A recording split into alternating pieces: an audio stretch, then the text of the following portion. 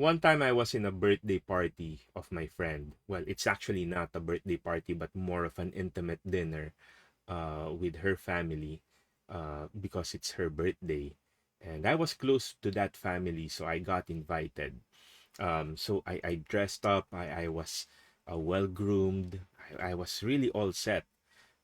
But I was undergoing a lot of problems during that time. So when I was at that party, I was really aloof. I was very quiet. I wasn't there. No. Instead of celebrating and being happy for my friend being born and being there with the family to celebrate that, it's like I was sad that she was born because I was not there. I might have been dressed properly, I might have been there for the occasion, but my presence was not there. My heart was not there. It was somewhere else. In a sense, you could say I did not belong in that place because of where my heart is. And I think that's what St. Paul is saying in the first reading. Uh, More than being circumcised, which was the requirement for the Jews back then to have a covenant with God, our hearts need to be one. Our hearts need to be transformed, not just our bodies. You know, we might be circumcised, but if our heart is not for God, then whatever our body has is meaningless. In a sense, when we go to the church, we might be dressed properly, but if our heart is not for God, then we are not there. We're practically absent.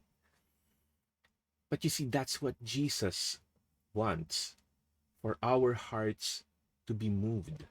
And that's why it's very important, and we see it in the gospel for today, that Jesus was saying, I did not come for those who are well, but for those who are sick. Because God wants to have a grand feast for all of us. And He wants you to be there, not just with what you're wearing, not just with how you are, but with what's in your heart. What is inside you? Are you going to be present in that party?